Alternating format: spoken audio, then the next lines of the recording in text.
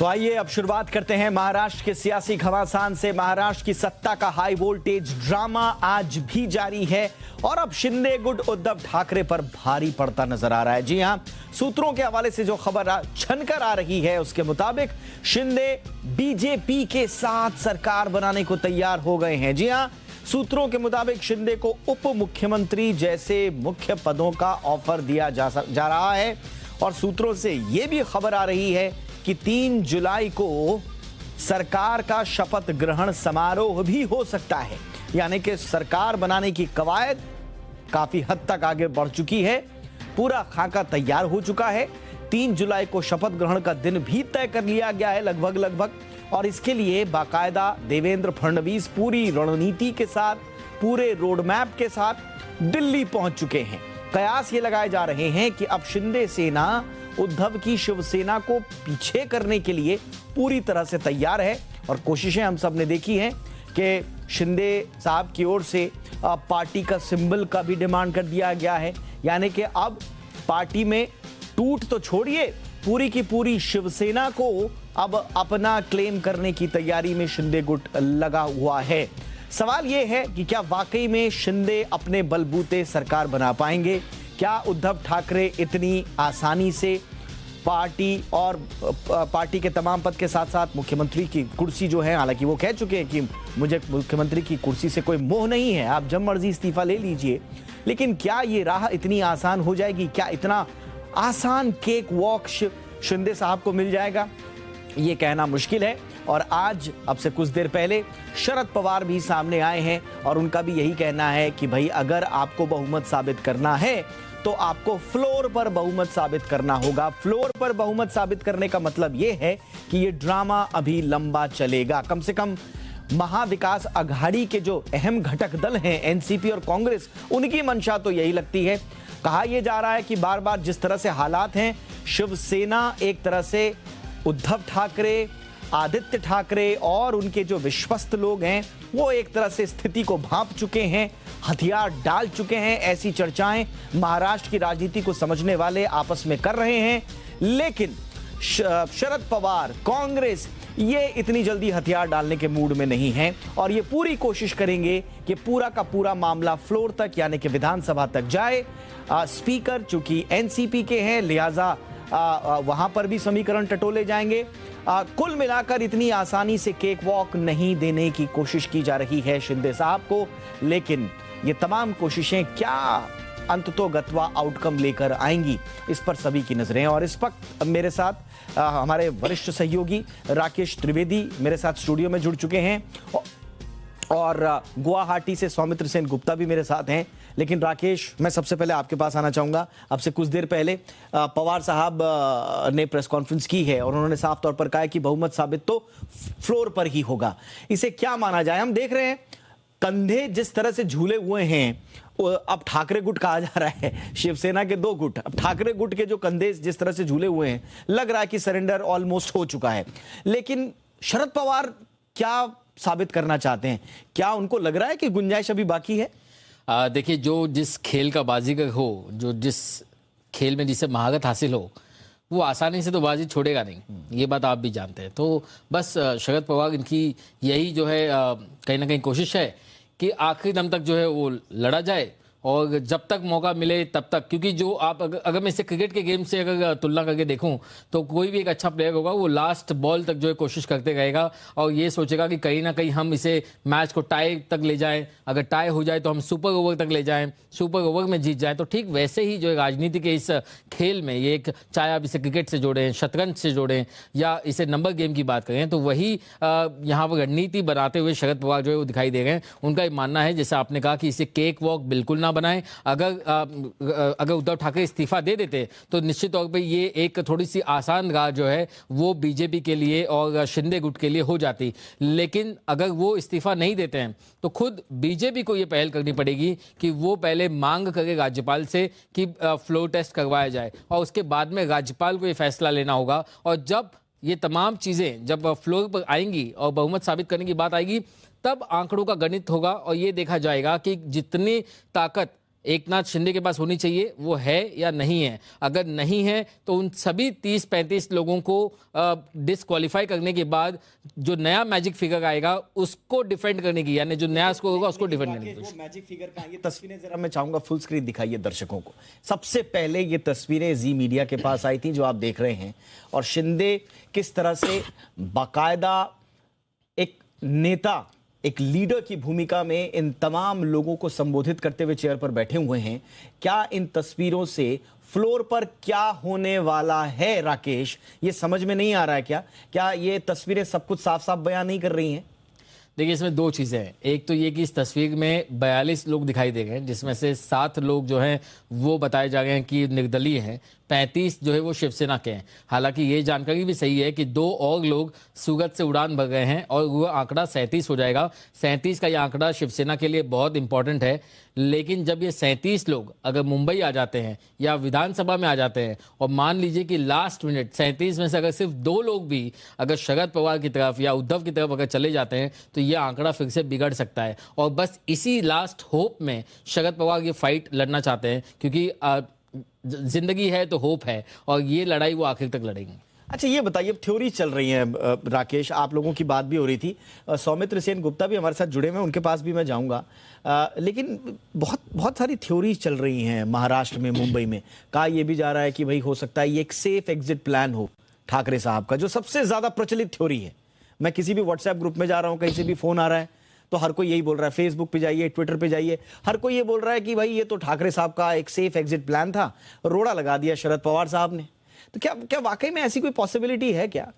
महाराष्ट्र ने पिछले 4-5 सालों में जितनी राजनीति देखी है, पॉसिबिलिटी हर चीज़ की है। ये किसी वेब सीरीज के कोई वेब सीरीज से कम नहीं है कि आपने 2019 में एक सीजन 1 देखा, 35 दिनों की वहां पर सब कुछ राजनीति हलचल हुई, और अब ये सीजन 2 आ गया। तो ऐसे में ये जो एग्जिट प्लान वाली थियोरी है वो बहुत ज़्यादा कन्विंसिंग लगती है। खासतौर से इसके अगर फायदे अगर देखे जाए तो उद्धव ठाकरे को इससे 5 बड़े फायदे हो सकते हैं। उसमें से अगर मैं 4-5 आपको बड़े फायदे बताऊं तो सबसे पहले तो ये कि उनकी खुद की जो तबीयत खराब रहती है उसमें वो अपना सुधार लाने के लिए उस पर ध्यान दे सकते हैं, क्योंकि आपको पता है मुख्यमंत्री का जो शेड्यूल है वो बहुत हेक्टिक होता है, सुबह जल्दी उठ कर जाना, लेट नाइट तक मीटिंग करना। दूसरा जो है, बीएमसी के चुनाव आने वाले हैं, बस अक्टूबर में ही बीएमसी के चुनाव है। शिवसेना ये अच्छे से जानती है कि बिना बीजेपी की मदद के या बिना किसी दूसरी पार्टी की मदद के वो शिवसेना पर जो बीएमसी पे वो अपना सत्ता जो है वो हासिल नहीं कर पाएगी।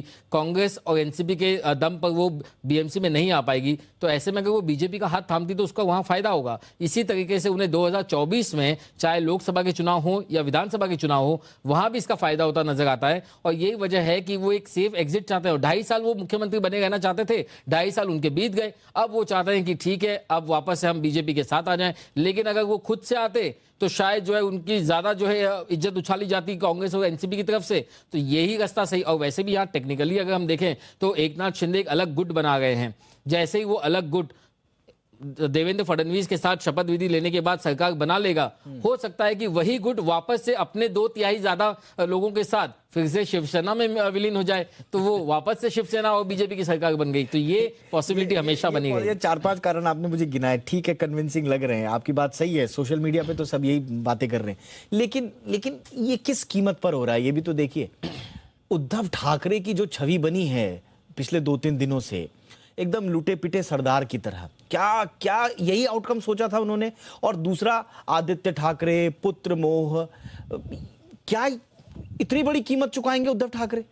दीपक जी, मैं ये कहना चाहूंगा कि ये तो जो जितने जो नॉन मराठी जो जनता है उसे ये तस्वीर नजर आती है। अच्छा। लेकिन क्या उनका वोट बैंक, क्या उन मराठी जनता क्या उसे इस तरीके से देखती है? शायद इसमें एक बड़ा तबका ऐसा नहीं देखता है। जो उन्होंने कल इमोशनल कार्ड जिस तरीके से खेला है, मैं आपको इसका रेफरेंस दे दूं कि आज से 30 साल पहले 1992 में भी बाला साहेब ठाकरे ने भी ठीक ऐसा ही एक इमोशनल बयान दिया था। खुद बाला साहेब ने कहा था कि मैं ये पार्टी छोड़ने के लिए तैयार हूं, अगर आप लोगों को लगता है कि मैं इसके काबिल नहीं हूं, मैं पार्टी छोड़ देता हूं। उन्होंने तो अपनी जान तक देने की बात कह रही थी। इसी उनकी बात के ऊपर पूरी शिवसेना एकजुट हो गई। वो तमाम लोग एक साथ आ गए और इमोशनल हो हो गए और उन्होंने कहा कि जिस बाला साहेब ने इस शिवसेना की नींव रखी उसी वही अगर ऐसा कहेंगे तो हमें इनके साथ जाना चाहिए। ठीक वैसा ही इमोशनल कार्ड उद्धव ठाकरे ने खेला है और उसका रिजल्ट हमने कल रात को मातोश्री के बाद जो तस्वीरें देखी, शिव सैनिक जिस तरीके से रोए हैं, आंखों में आंसू था अपने नेता को लेकर के, कहीं ना कहीं ये उसी से मिलता जुलता जो ट्रिक है वो नजर आया। तो ऐसे में परसेप्शन मराठी जनता के सामने, उनके वोट बैंक के सामने क्या है वो ज्यादा मायने का। अच्छा, एक दिलचस्प है, मैं सौमित्र सेन गुप्ता के पास चलूंगा, उनके पास अभी कुछ अपडेट भी हैं। वहां सुनने में आ रहा है कि गुवाहाटी कई केंद्रीय मंत्री भी पहुंच गए हैं। सौमित्र सेन गुप्ता, आपके पास क्या फिलहाल वहां पर जानकारी है, कौन कौन वहां पहुंच रहा है और मूवमेंट किस तरह का है वहां पे? देखिए, गुवाहाटी में जो असम के जो बीजेपी नेता और मंत्री दोनों ही सीनियर मिनिस्टर है, ये पीयूष हजारिका और अशोक सिंघल तो सुबह ही पहुंच गए थे और कुछ देर पहले पीयूष हजारिका भी यहाँ पर पहुंच चुके हैं। कल पूरा दिन हमने देखा कि एकदम सुबह सुबह हिमंता बिस्वा शर्मा वो होटल से निकले, उसके बाद हमें पता चला कि बीजेपी के 2 मंत्री होटल में ही थे। इसके बाद एक सांसद और एक एमएलए वो यहाँ पर पहुँचे, लेकिन उसके बाद आज बहुत तड़के सुबह ये सारे लोग यहाँ से निकल गए थे। फिर बीच पे कल मुख्यमंत्री हिमंता बिस्वा शर्मा का जो खास कहा जाता है जयंत मल्लभ, वो यहाँ पर आए थे, लेकिन वो भी निकल गए थे। आज पूरा दिन ये एकनाथ शिंदे का जो टीम है, ये गुट अपने में चर्चा करती रही। वो जो संजय राउत का जो बयान आया उस पर इन्होंने चर्चा किया। बीजेपी के साथ चर्चा हो रही है। अब ये पिक्चर धीरे धीरे क्लियर हो रहा है और जिस कारण से कुछ देर पहले हिमंता बिस्वा शर्मा कैबिनेट के नंबर 2 कहे जाने वाले ये पीयूष हजारिका वो भी यहाँ पर पहुँच चुके हैं और वो छिपते छुपाए नहीं, सबके सामने से ही वो अंदर होटल के अंदर गए हैं। हम आपको बता दें कि ये इस होटल में सिर्फ विधायक जो महाराष्ट्र से आए हुए हैं वही यहाँ पर है और ये सारी जो सामने की जो आप देख सकते हैं यहाँ पे सिक्योरिटी अभी भी उतना ही स्ट्रांग बना के रखी है। ये सिक्योरिटी कॉर्डन जो बना के रखा है, सिर्फ गेट के बाहर मीडिया वालों का जमावड़ा है और अंदर बाहर वाले को किसी को नहीं जाने दे रहा है। सिर्फ पुलिस अंदर जा रही है और जो ये बहुत महत्वपूर्ण बात है सौमित्र। जी नहीं, छिपाते नहीं आ रहे हैं, अब सीधा धड़ल्ले से जा रहे हैं और धड़ल्ले से देवेंद्र फडणवीस भी गए हैं दिल्ली और धड़ल्ले से वहां पर वो अपनी बात भी रखेंगे कि मैं सरकार बना रहा हूं, तैयारी की जाए। तो अब कुछ छिपा नहीं है। लेकिन वो सौमित्र, वो जो 2-3 विधायक जो रह गए थे शिवसेना के, वो जो आने वाले थे, वो आए क्या वहां? जी अभी तक नहीं आए। जो पता चल रहा है कि वो मुंबई से सूरत गए हैं, सूरत से यहाँ तक आएंगे।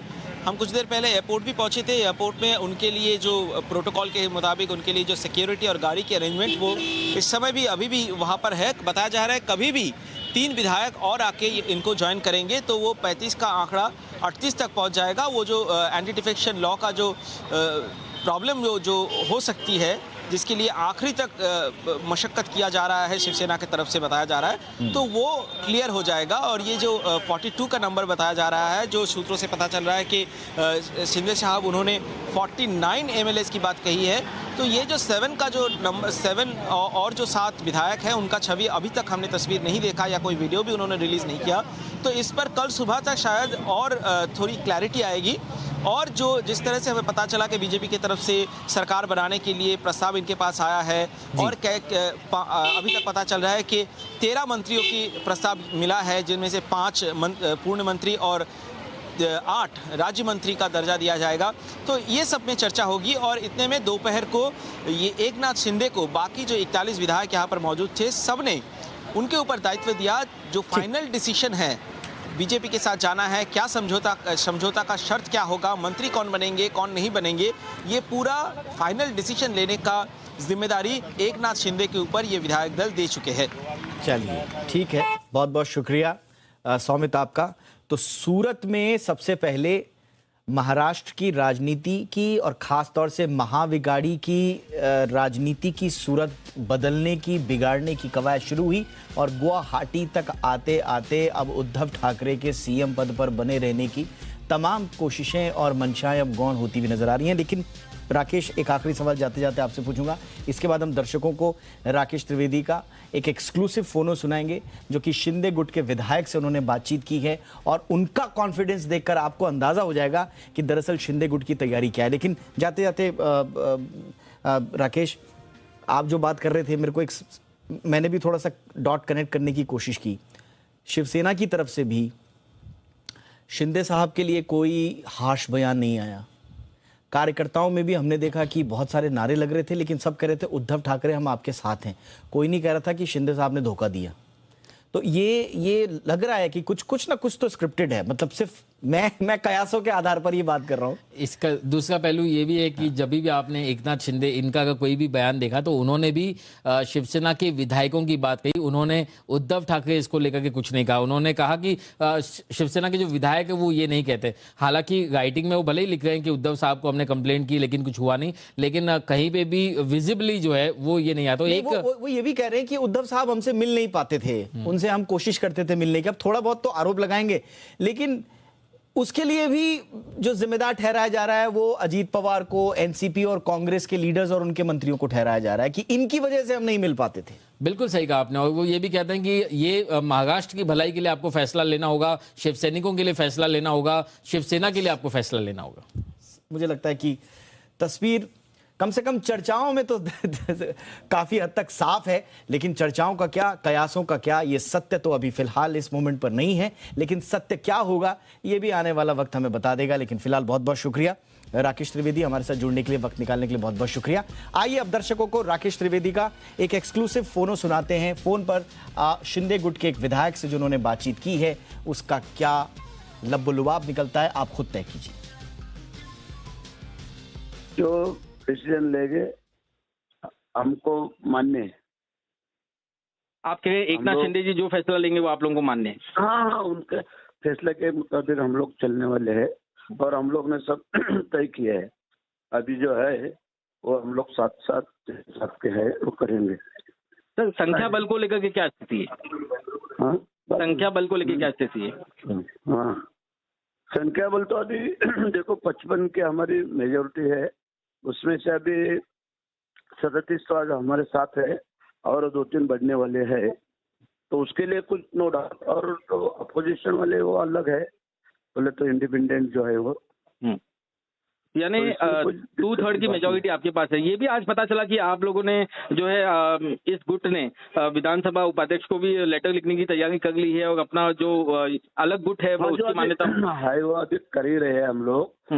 हम लोग क्या दूसरे कोई पार्टी में नहीं जा रहे हैं, हम लोग अलग ग्रुप करके शिवसेना का ही नाम रोशन करके चलेंगे और हम लोग वही काम करेंगे। सर, एक सवाल ये भी जानना चाहूँगा, क्या बीजेपी के साथ में भी संपर्क में है? क्या उनके साथ सरकार बना सकते हैं?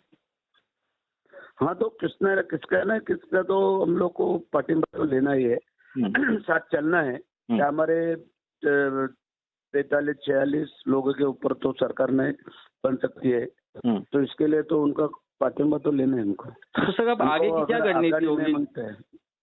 आगे की रणनीति क्या होगी? मतलब कब तक जो है? अभी ये ऐसे है, हम लोग हिंदुत्व को छोड़ने वाले नहीं है। हम लोग जो हिंदुत्व के है वो साथ लेकर हम लोग चलने वाले हैं। इसलिए हम लोग ने उद्धव साहब को भी बताया था, बोले थे शिंदे साहब 3-4 बार कि ये लोग अपने को तकलीफ हो रहा है राष्ट्रवादी कांग्रेस का, तो अपन लोग अलग कोई निर्णय करेंगे।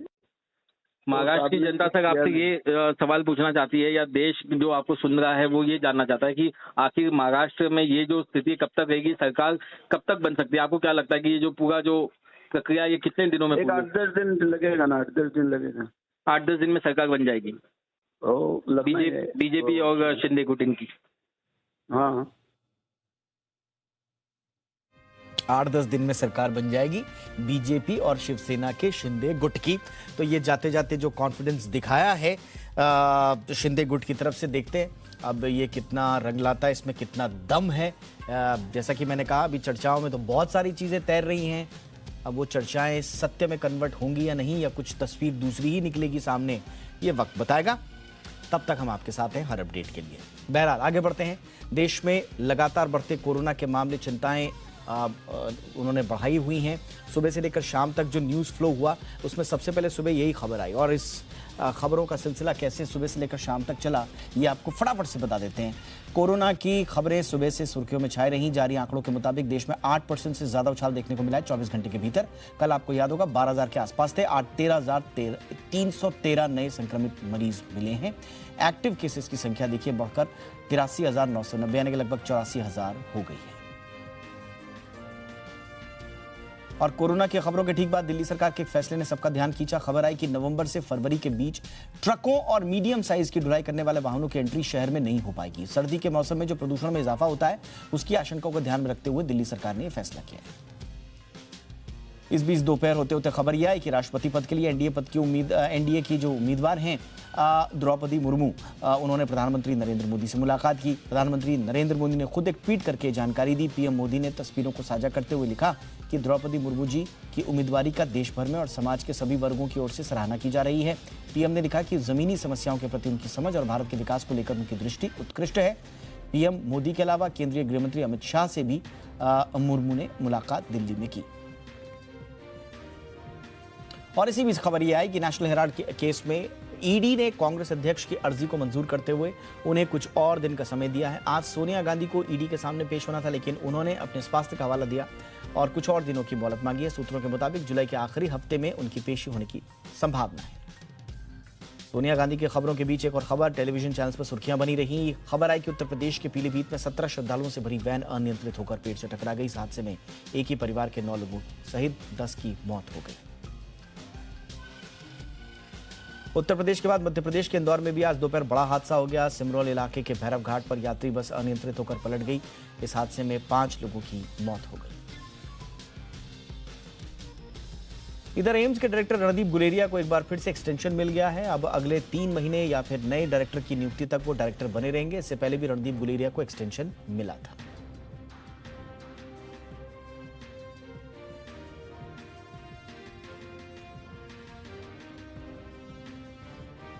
आइए महाराष्ट्र की राजनीति का अपडेट ले लिया, दिन भर क्या हुआ ये देख लिया। अब शुरू करते हैं हमारी आज की कवर स्टोरी।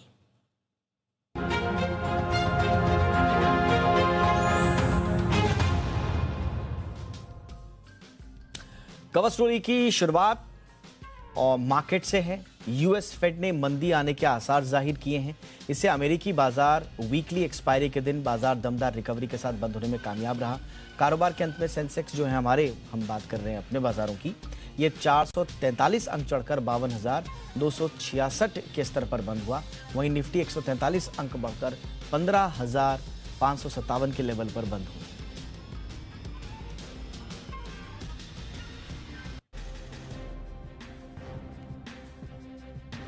जरा फटाफट से ग्लोबल क्यूज भी ले लेते हैं, वहां पर किस तरह का हालचाल चल रहा है। खासतौर से अमेरिकी बाजारों का हाल आप देख लीजिए।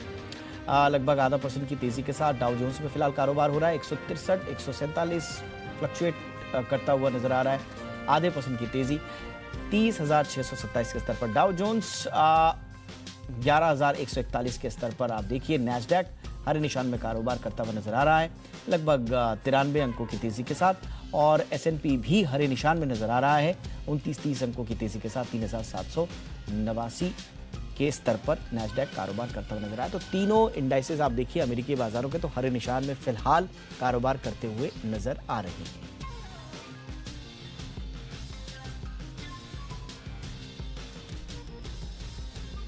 अब बाजार के बाद थोड़ा सा विश्लेषण करते हैं महंगाई का और आने वाले दिनों में क्या ब्याज बढ़ने वाले हैं इसका। आने वाले दिनों में न सिर्फ महंगाई की आग आपकी जेब जलाएगी बल्कि बढ़ती ब्याज दरों का बोझ भी आपकी कमाई को खाने का काम कर सकता है। ये संकेत दिए हैं खुद अमेरिका के केंद्रीय बैंक फेडरल रिजर्व ने। यूएस फेड प्रमुख जेरोम पोवेल ने सीनेट बैंकिंग कमेटी के सामने ब्याज दरों और महंगाई को लेकर अपनी बात रखी। मंदी को लेकर पोवेल ने कहा कि यह संभावना बनी हुई है कि मंदी की मार पड़े। उन्होंने कहा कि हम पूरी कोशिश कर रहे हैं कि मंदी के हालात ना बने, लेकिन इसके खतरे से इनकार भी नहीं किया जा सकता। यूएस फेड ने कहा कि महंगाई एक बड़ी चुनौती बनी हुई है और इससे निपटने के लिए आगे भी ब्याज दरों में इजाफा करना पड़ सकता है। महंगाई पर काबू पाने के लिए यूएस फेड ने इसी महीने ब्याज दरों में 0.75% की बढ़ोतरी की। अब जुलाई में भी फेड ब्याज दरें बढ़ाने की तैयारी में है। रॉयटर्स के सर्वे में इकोनॉमिस्ट्स ने यह बताया कि यूएस फेड जुलाई में 0.75% की बढ़ोतरी ब्याज दरों में कर सकता है। सितंबर में ब्याज दरों में 0.50% की दर से इसको बढ़ाया जा सकता है। अर्थशास्त्रियों का यह भी मानना है कि सितंबर में बढ़ोतरी के बाद कम से कम नवंबर तक ब्याज दरों को नहीं बढ़ाया जाएगा। जुलाई में 0.75% की बढ़ोतरी के बाद यूएस फेड की ब्याज दरें 2.25 यानी कि 2.25% से 2.5% हो जाएंगी। फेड का अनुमान है कि इस रेट के दर पर इकोनॉमी ना तो आगे बढ़ेगी और ना ही उस पर रोक लगेगी। इस साल के अंत तक फेड की ब्याज दरें 3.25% से 3.5% के बीच रह सकती हैं। फेड की ब्याज दरों में बढ़ोतरी से मंदी की चिंताएं और भी गहरा गई हैं। साफ है कि जब तक महंगाई काबू में नहीं आती तब तक यूएस फेड ब्याज दरों को बढ़ाता रहेगा। वहीं भारत की बात करें तो यहां भी हालात लगभग यही हैं। ब्याज दरों में बढ़ोतरी के ही बन रहे हैं। आरबीआई ने कल मॉनेटरी पॉलिसी कमेटी के मिनट्स जारी किए हैं। इसमें साफ कहा गया है कि महंगाई अभी सबसे बड़ी चिंता है और इस पर काबू पाने के लिए रेपो रेट में बढ़ोतरी करना जरूरी है। मिनट्स में आरबीआई ने कहा कि महंगाई हमारे दायरे से बाहर जा रही है और इसे वापस नीचे लाने के लिए ब्याज दरों में बढ़ोतरी के अलावा कोई दूसरा रास्ता नहीं बचा। आरबीआई का कहना है कि मौजूदा वक्त में महंगाई पर काबू पाने के साथ साथ अर्थव्यवस्था को गति देने की दोहरी चुनौती भी है।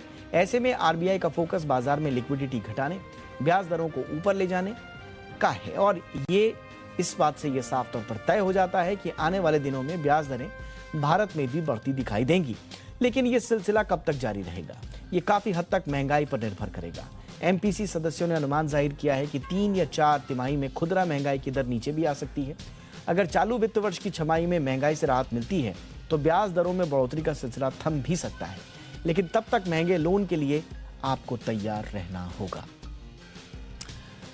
आइए, इस वक्त हमारे साथ चर्चा के लिए बेहद खास मेहमान एलिमेंट्स प्लेटफॉर्म्स के चेयरमैन और मार्केट एक्सपर्ट जाने माने अजय बग्गा सर हमारे साथ जुड़ चुके हैं। अजय सर, बहुत बहुत स्वागत है आपका। सर, फेड की कमेंट्री हालांकि अब चौंका नहीं रही है किसी को, सब लोगों ने डिस्काउंट कर दिया और स्वाभाविक रूप से एक्सपेक्टेड लाइंस पर ही फेड की कमेंट्री आ रही है, लेकिन इसके बावजूद जो आगे की राह दिखाई दे रही है सर, क्या वो चौंकाती नहीं, क्या वो चिंता में नहीं डालती है? दीपक जी, देखिए, मुश्किल साल है, जंग है यूरोप में, 75 साल के बाद जंग आई, कोविड का अभी भी निशान चल रहा है चाइना में, जीरो कोविड के कारण सप्लाई चेन्स का इश्यूज अभी भी बरकरार है और उसके साथ हम देख रहे हैं बहुत तेजी से जो इन्फ्लेशन बढ़ी, कमोडिटीज की कीमतें बढ़ी। यूरोप में सबसे बड़ा तेल उत्पादक देश रशिया और दूसरी तरफ सबसे बड़ा गेहूं उत्पादक देश यूक्रेन जंग में सम्मिलित हो गए और उसके चलते हम देख रहे हैं कमोडिटीज की प्राइसेस, फूड, खाद्य पदार्थों की प्राइसेस बहुत बढ़ी हैं दुनिया भर में और 80% जो दुनिया के सेंट्रल बैंक्स हैं उन्होंने इंटरेस्ट रेट बढ़ाए हैं और आगे भी बढ़ाएंगे।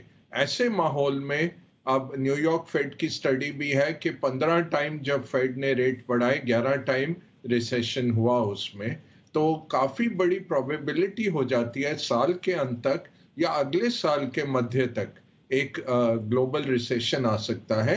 बेस्ट केस यही है कि हल्के में ही हम छूट जाएं, बहुत हल्का सा सुपरफिशियल सा एक ठहराव आए इकोनॉमी में और आगे निकल जाए, बट मार्केट्स उसके चलते विचलित हो रहे हैं, मार्केट्स उसको डिस्काउंट कर रहे हैं। मैं सब मार्केट से रिलेटेड ही बात आपसे पूछना चाह रहा था। शॉर्ट कवरिंग आप इसे कहिए, कल हमने देखी, उसके बावजूद आज कारोबारी दिन के अंत में देखा हमने कि वापस रिकवरी आ गई, बड़ी स्ट्रांग रिकवरी आई। ये उम्मीद कहाँ से मिल रही है इंडियन मार्केट्स को, क्योंकि हम देख रहे हैं कि यूएस फेड की कमेंट्री हो, एफआईआईएस की लगातार बिकवाली हो, ग्लोबल क्यूज हो, बाकी कहीं से भी पॉजिटिव संकेत नहीं दे रहे हैं। उसके बावजूद जिसकी आप बात कर रहे हैं कि विचलित होने की प्रवृत्ति उतनी दिखाई नहीं दे रही है इंडियन मार्केट्स में, इसका पीछे क्या कारण मानते हैं सर आप? ज्यादातर कारण डोमेस्टिक फ्लोज हैं दीपक जी। जो डोमेस्टिक एसआईपीज में 12-13 हजार करोड़ आ रहा है प्रति माह और इंश्योरेंस और म्यूचुअल फंड्स का जो निवेश आ रहा है और डायरेक्ट रिटेल इन्वेस्टर्स भारत के जो आ रहे हैं, ज्यादातर फ्लोज के कारण है। उनका हौसला अभी भी बुलंद है क्योंकि भारत एक अलग इकोनॉमिक साइकिल पे है। इस साल भी हम 7% से ज्यादा ग्रो करेंगे, अगले साल 6.25% तक ग्रोथ की उम्मीद है। तो जब दुनिया में स्लो डाउन जरूर है, बट भारत बड़े देशों में सबसे फास्टेस्ट ग्रोइंग इकोनॉमी रहेगी, तो हौसले बुलंद है। चाहे एफआईज बेचते जा रहे हैं, यही एक सबसे बड़ा कारण है कि हमारे मार्केट्स आउट परफॉर्म किए हैं, इमर्जिंग मार्केट्स को भी और डेवलप्ड मार्केट्स दोनों को भी।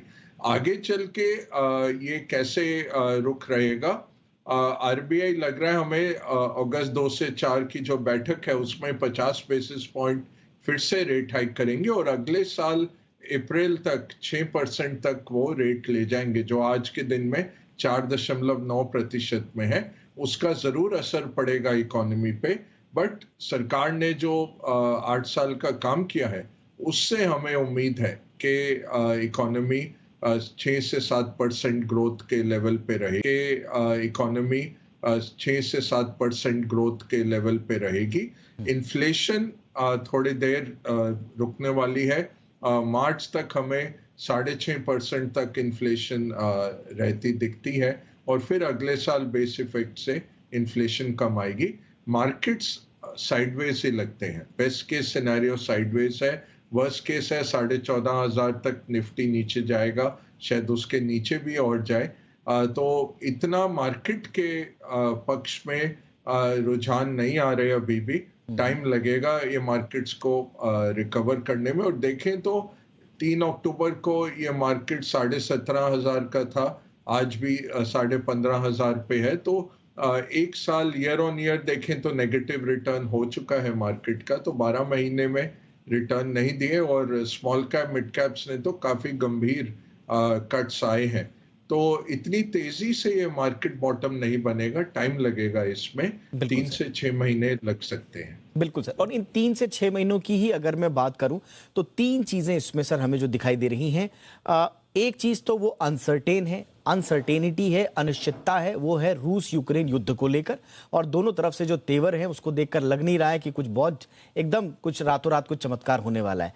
तो अगले 6 महीने एक अनिश्चितता भरे हुए हैं। दूसरा, यूएस फेड ने भी बोल दिया, हमारे यहाँ भी जो ब्याज दरें बढ़ाने की कवायद है वो भी जो पूरी तरह से रंग लाएगी उसको भी साल भर लगेगा। आज यूएस फेड ने भी कहा है कि भाई 2% का हमारा जो लक्ष्य है उसमें थोड़ा समय लगेगा। और भारत में भी आपने जैसे बताया कि इन्फ्लेशन का आंकड़ा 6 से नीचे लाने के लिए भी हमको मार्च अप्रैल तक का वेट करना पड़ेगा। तो ये आने वाली 2 तिमाहियों में एक आम निवेशक को, एक आम आदमी को क्या करना चाहिए? और ये बहुत अच्छा प्रश्न है दीपक, और ये बिल्कुल सेंट्रल है, हर इन्वेस्टर के जहन में यही क्वेश्चन है।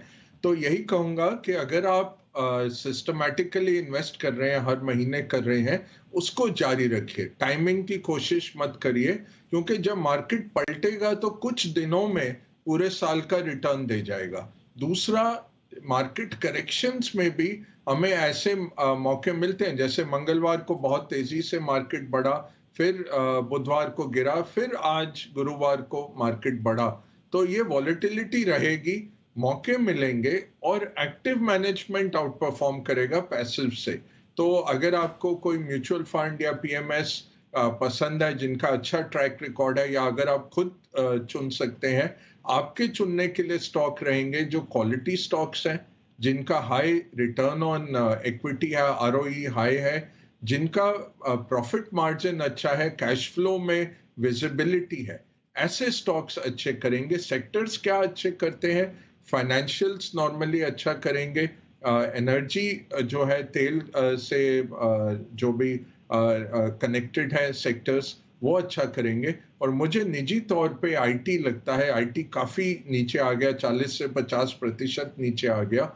नॉर्मली हेल्थ केयर ग्लोबली अच्छा करता है, बट भारतीय फार्मा मुझे पसंद नहीं आ रहा। बहुत सारे कारण है, ये एक आध और प्रोग्राम करेंगे, बट यूएस में रेवेन्यूज कम हुई है और किसी तरह से हम देख नहीं पा रहे ग्रोथ आते हुए भारतीय फार्मा में। नहीं तो फार्मा एक अच्छा आपके लिए उम्मीद की किरण रहता, बट मुझे ज्यादा पसंद नहीं। तो उससे ज्यादा आईटी मैं कहूँगा जो एक कॉन्ट्रा व्यू है।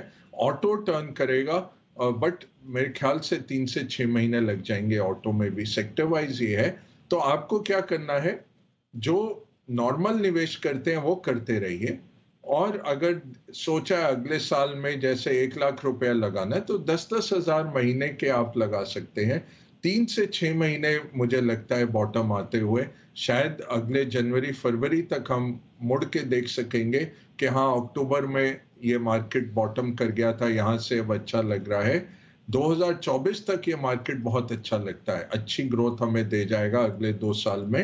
रेट कट भी आ जाएंगे 2 साल में, बट ये जो अगले 6 महीने बिताने हैं ये काफी मुश्किल के रहेंगे और हौसला रखना है इस टाइम पे।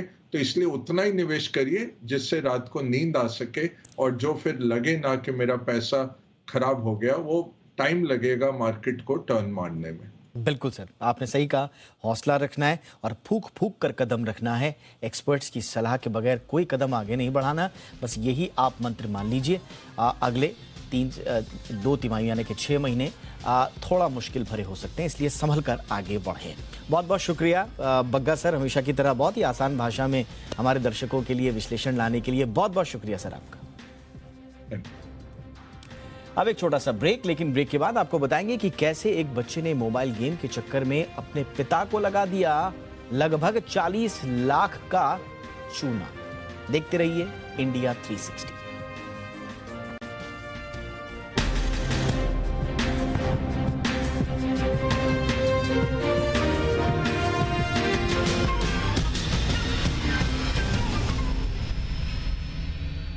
They say innovative companies start in the garage. True story. Hey, Mercedes, show me what you got. Follow me. That's what I call aerodynamics. That's nothing. It's enough for me. Hey, Mercedes, watch out. Those lights are pretty smart. What's that, diamonds? You are thinking small. Pixels? Think bigger. Now that's electric. Come on. It's magic. Nice garage, by the way. पैसाबाजार.com पर lowest interest rate वाला loan भी है और maximum loan amount वाला भी। ये सब और बहुत सारे लोन ऑप्शंस मिलेंगे सिर्फ पैसाबाजार.com पर। इतना ज्यादा बिजली का बिल? सोलर लगाओ, बिल घटाओ। सोलर है लगाना तो लुमिनस को बुलाना।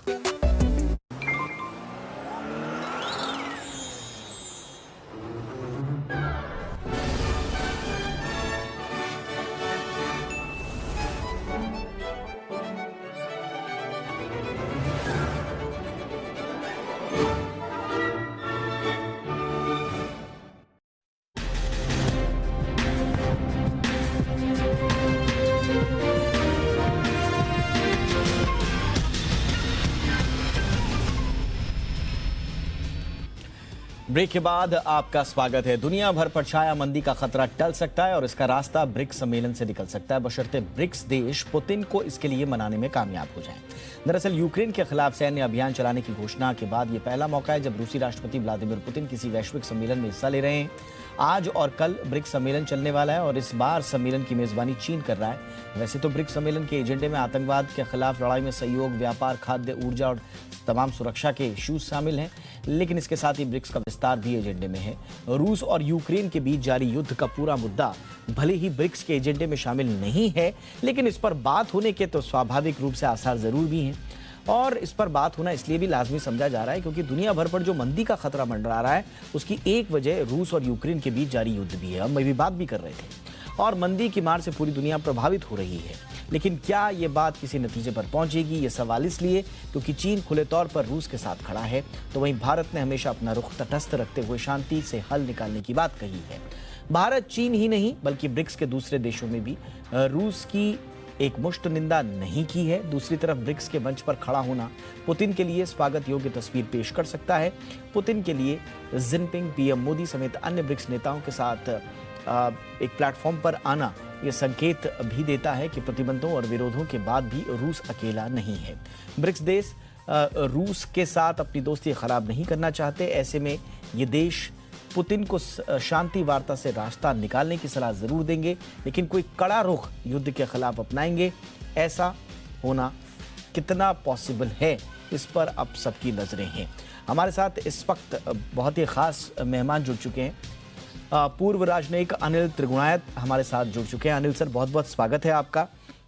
सर, जैसा कि हम अपने ओपनिंग रिमार्क में भी बता रहे थे कि रूस युद्ध, रूस यूक्रेन के बीच शांति या वार्ता, ये कोई एजेंडा नहीं है ब्रिक्स का, और जो परंपरागत एजेंडे हैं वो उन्हीं एजेंडों पर इस बार भी बात होनी है। लेकिन बात तो होगी, एक सब टेक्स्ट हर देश का जरूर रहेगा कि इसके बारे में कुछ ना कुछ बातचीत हो, इशारे हो, संकेत मिले और आगे का मार्ग प्रशस्त हो। कितनी उम्मीदें इस सम्मेलन से हम लगाएं सर? देखिए, जैसा आप जानते हैं कि ब्रिक्स, और आपने सही कहा कि जो उनके मुद्दे हैं जिन पे वो डिस्कस करेंगे, वो ज़्यादातर इकोनॉमिक मुद्दे हैं।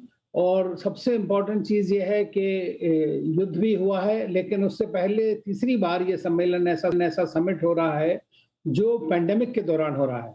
तो उससे सारी दुनिया की जो इकोनॉमिक एक्टिविटीज़ हैं और जितना भी प्रॉब्लम्स हैं, वो काफ़ी चैलेंजेस आए हैं। और उसके साथ अब ये जब से रशिया यूक्रेन युद्ध हुआ है, तो उससे खाली वहीं पे लड़ाई नहीं हो रही है, पूरे दुनिया भर में परेशानी आ गई है, चाहे वो एनर्जी के प्राइसेस के बारे में हो, या खाद मंदी के बारे में हो, या फर्टिलाइजर की प्रॉब्लम्स हो। तो इन सब से सभी देशों में एक समस्या आन पड़ी है। तो ये बात जरूर है कि इसमें जो 3 देश आपने बताया कि भारत, चीन और साउथ अफ्रीका ने जो यूएनएससी में जो आया था उनका रेजोल्यूशन, उसका तटस्थ रहे, उसके ऊपर में एब्सटेन किया है। और उसके बाद भारत ने पहली बार अपनी दोस्ती के नाते, अपने प्रिंसिपल्स के नाते, पीस के नाते, डायलॉग के नाते जो है 12 बार कम से कम एब्सटेन किया है उसमें।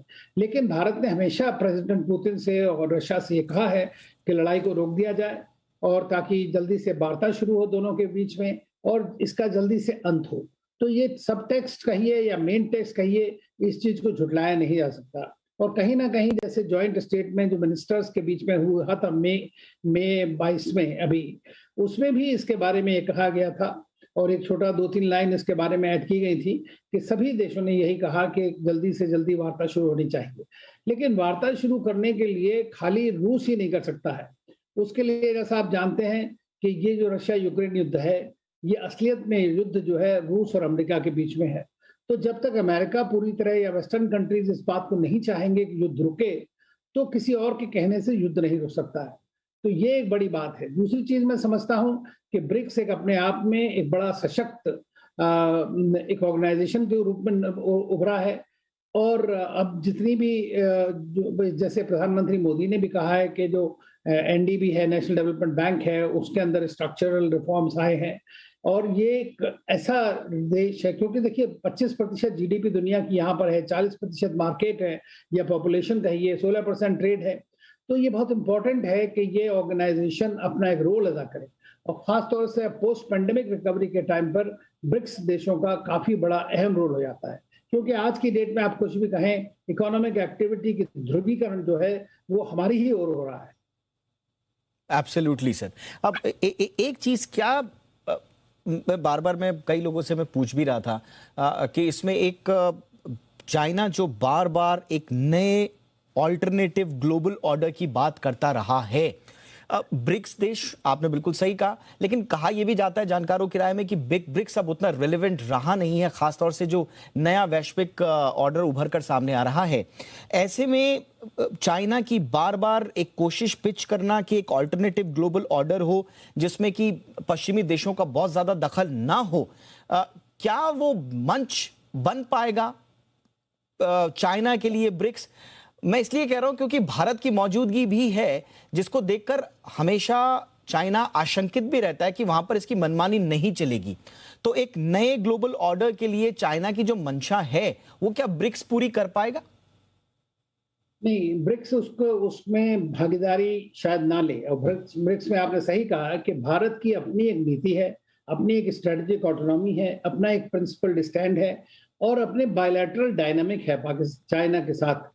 तो ये जिस चीज को अगर हम सोचें कि चाइना लेड एक ऑर्गेनाइजेशन हो जाएगा, तो ये नहीं हो सकता है, क्योंकि भारत वहां पर बड़ी इंपॉर्टेंट भूमिका निभाता है।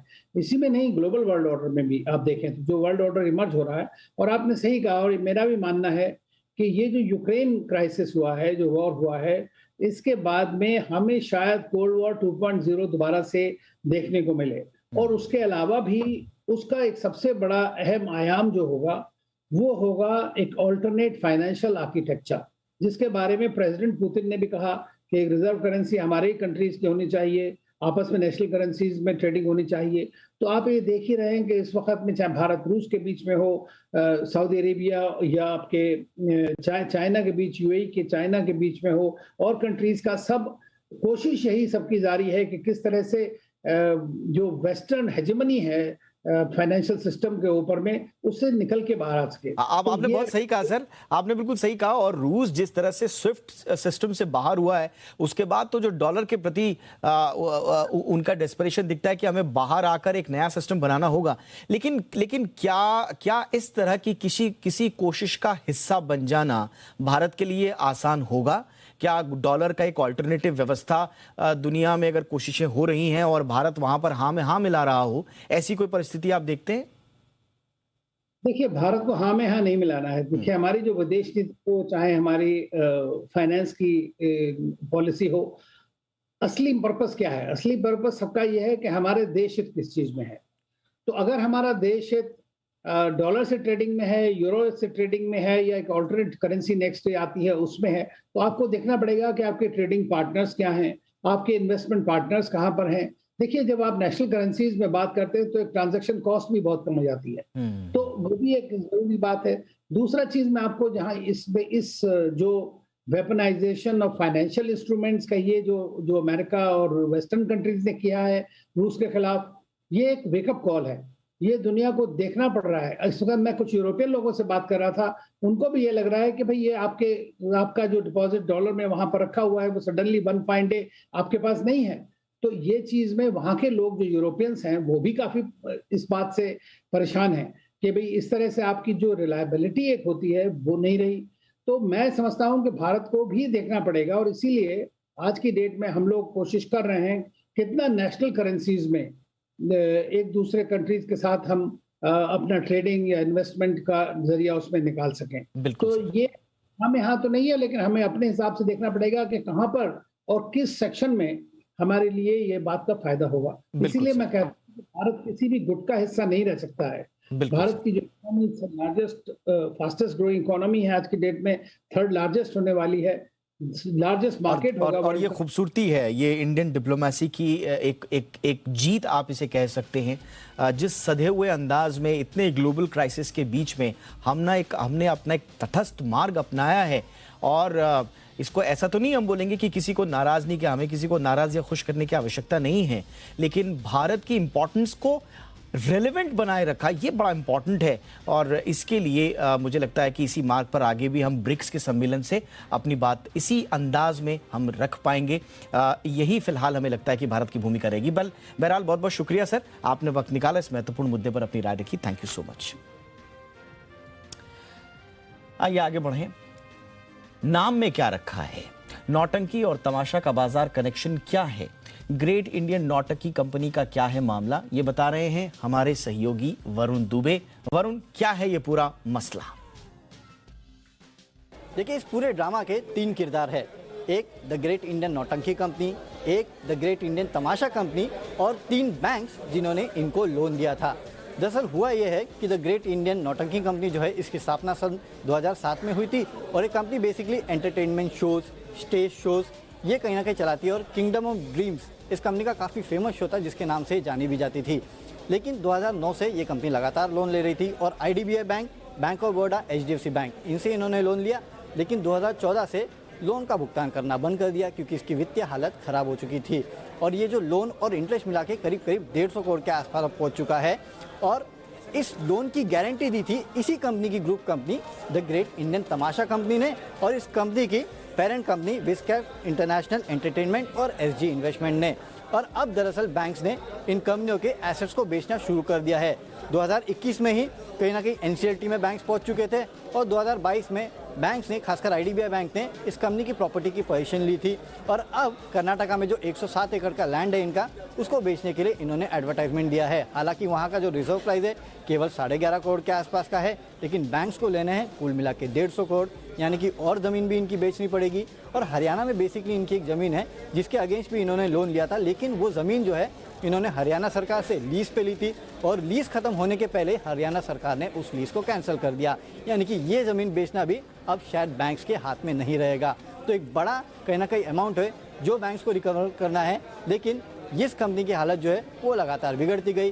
2014 में इन्होंने लोन नहीं दिया था, और उसके बाद कोविड आने के बाद तो इस पूरे ग्रुप की हालत जो है वो और काफ़ी बिगड़ गई थी, और इसके लिए ये लोन का भुगतान भी नहीं कर पा रहे हैं। तो दिक्कत में नौटंकी और तमाशा कंपनी है, लेकिन इन सब ने मिलकर बैंक्स का तमाशा बना दिया है, क्योंकि उनको अपना लोन जो है वो वापस नहीं मिल रहा है। और इसके लिए सब अब कह रहे हैं कि लोन देने के पहले अगर नाम चेक कर लिया होता तो शायद ये नौबत नहीं आती। अपने बच्चों की गेम खेलने की आदत से या कुछ मामलों में लत से आप भी अगर परेशान हैं तो ज़रा और सावधान हो जाइए, क्योंकि गेम खेलने के चक्कर में एक बच्चे ने अपने पिता को करीब 40 लाख रुपए का चूना लगा दिया। कैसे, देखिए ये रिपोर्ट।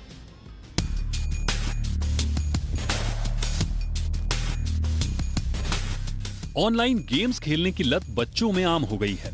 बच्चे अपना ज्यादातर समय ऑनलाइन गेम खेलने में स्पेंड कर देते हैं, जिससे उनकी सेहत और पढ़ाई दोनों प्रभावित होती है। बच्चे गेम में इतना ज्यादा व्यस्त हो जाते हैं कि असल दुनिया में क्या चल रहा है उससे वो कोसों दूर हो जाते हैं। गेम के कई घातक परिणाम भी देखने को मिल चुके हैं।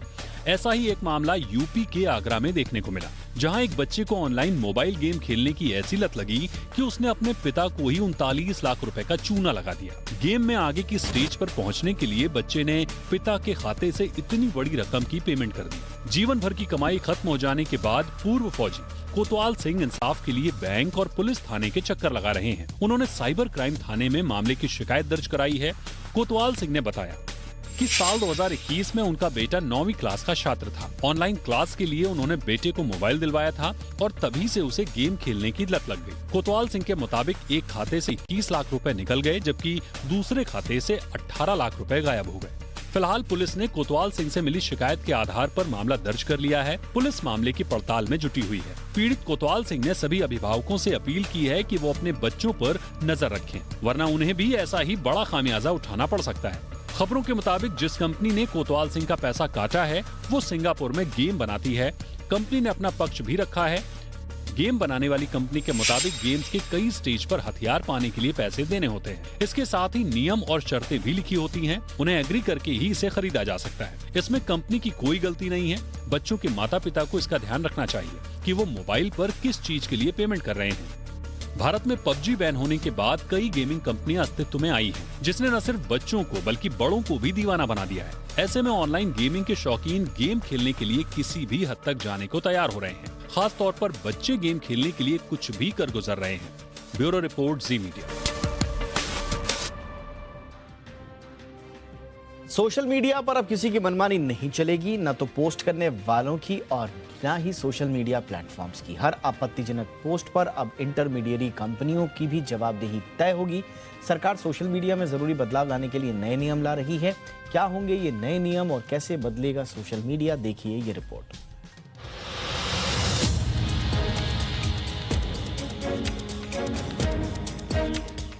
फेसबुक हो या ट्विटर या फिर गूगल हो या इंस्टाग्राम, इस तरह की सभी सोशल मीडिया प्लेटफॉर्म्स पर अनाप शनाप पोस्ट डालना भारी पड़ने वाला है। यूजर्स के साथ सोशल नेटवर्किंग प्लेटफॉर्म्स किसी भी आपत्तिजनक पोस्ट पर अपनी जवाबदेही से बच नहीं सकेंगे। सरकार का सोशल मीडिया प्लेटफॉर्म्स को और जवाबदेह बनाने के साथ इसे सेफ और ट्रांसपेरेंट बनाने पर जोर है। सरकार ने इसे लेकर एक बैठक भी की है, जिसका मकसद सोशल मीडिया से जुड़े नियम कायदों में जरूरी बदलाव लाना है। सरकार की मंशा सोशल मीडिया पर फैले कचरे को साफ करना है। प्रस्तावित बदलावों के मुताबिक सोशल मीडिया से जुड़ी इंटरमीडिएरी कंपनी को देश के कानून के हिसाब से काम करना होगा। साथ ही ये सुनिश्चित करना होगा कि उसके प्लेटफॉर्म्स का कोई गैर कानूनी इस्तेमाल न कर सके, चाहे वो आपत्तिजनक पोस्ट हो या फिर दूसरे के पोस्ट को बढ़ावा देना या फिर ऐसे किसी पोस्ट को शेयर करना जो समाज या देश के हित में नहीं है। इसके अलावा अश्लील, अपमानजनक, बाल यौन शोषण, किसी की निजता भंग करने वाली पोस्ट या फिर धर्म, जाति, वर्ण के आधार पर देश समाज को बांटने वाली और दंगा फैलाने वाली पोस्ट हो, इन सभी तरह के पोस्ट पर यूजर्स के साथ इंटरमीडिएरी कंपनियों को भी जवाबदेही तय होगी। इसके अलावा विदेश नीति को प्रभावित करने वाली, मनी लॉन्ड्रिंग और आतंकवाद को बढ़ावा देने वाली राष्ट्रद्रोह से जुड़ी पोस्ट के लिए भी इंटरमीडिएरी कंपनियां अपना पल्ला नहीं झाड़ सकेंगी। प्रस्तावित बदलाव में साफ कहा गया है कि सोशल मीडिया प्लेटफॉर्म्स यूजर्स पर अपने कानूनों के तहत डंडा नहीं चला सकेंगी। सरकार इसके लिए अपीलीय अथॉरिटी बनाएगी जो मामलों को निपटाने में यूजर्स और इंटरमीडियरी कंपनियों के बीच ब्रिज का काम करेगी। वहीं किसी गंभीर आपत्तिजनक पोस्ट को हटाने को लेकर मिली शिकायत पर इंटरमीडियरी कंपनियों को 72 घंटे में निपटारा करना होगा। इसके अलावा अन्य शिकायतों को निपटाने के लिए 15 दिन का समय दिया जाएगा। साथ ही अगर किसी यूजर को ब्लॉक किया जाता है और यूजर को लगता है कि उसे गलत तरीके से ब्लॉक किया गया है तो यूजर्स इंटरमीडियरी कंपनियों के सामने अपना पक्ष रख सकेंगे, जिसका निपटारा भी सोशल प्लेटफॉर्म्स को 72 घंटे के अंदर करना होगा। सरकार के प्रस्ताव के मुताबिक सोशल मीडिया प्लेटफॉर्म्स को अपनी वेबसाइट, मोबाइल एप्लीकेशन या दोनों पर सर्विस नियमों और प्राइवेसी नीति से जुड़ी जानकारी को उपलब्ध कराना होगा, ताकि नियम कायदों को लेकर यूजर्स और कंपनी के बीच किसी तरह की कोई आशंका न रहे। सरकार के प्रस्तावित मसौदे पर अगर फाइनल मंजूरी मिल जाती है तो इसे संसद के मॉनसून सत्र के दौरान पेश किया जा सकता है। ब्यूरो रिपोर्ट, जी मीडिया। तो ये था आज का इंडिया 360। हैशटैग याद रखिए, हैशटैग जी इंडिया 360। कोई राय, कोई सुझाव हो तो जरूर भेजिएगा। नमस्कार।